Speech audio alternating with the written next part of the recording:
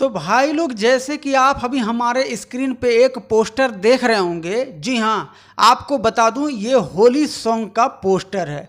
तो पूरी बात मैं आप सभी को बता दूं कि 2024 का दूसरा होली सॉन्ग जा रही हैं लॉन्च करने गाना, जो कि भोजपुरी की शेरनी है, जहां जाती हैं दहाड़ के चली आती हैं।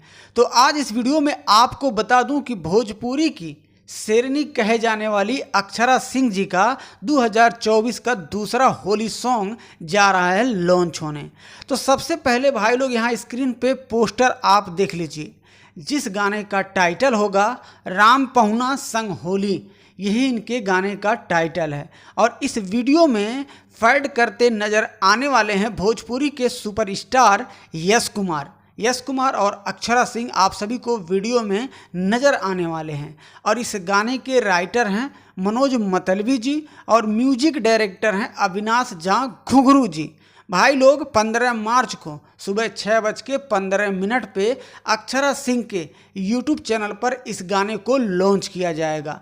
तो आप लोग हमेशा बने रहिए, हंसते रहिए और मुस्कुराते रहिए। आपका भाई यहाँ बैठा है आप सभी तक नए नए गानों का न्यूज अपडेट देने के लिए।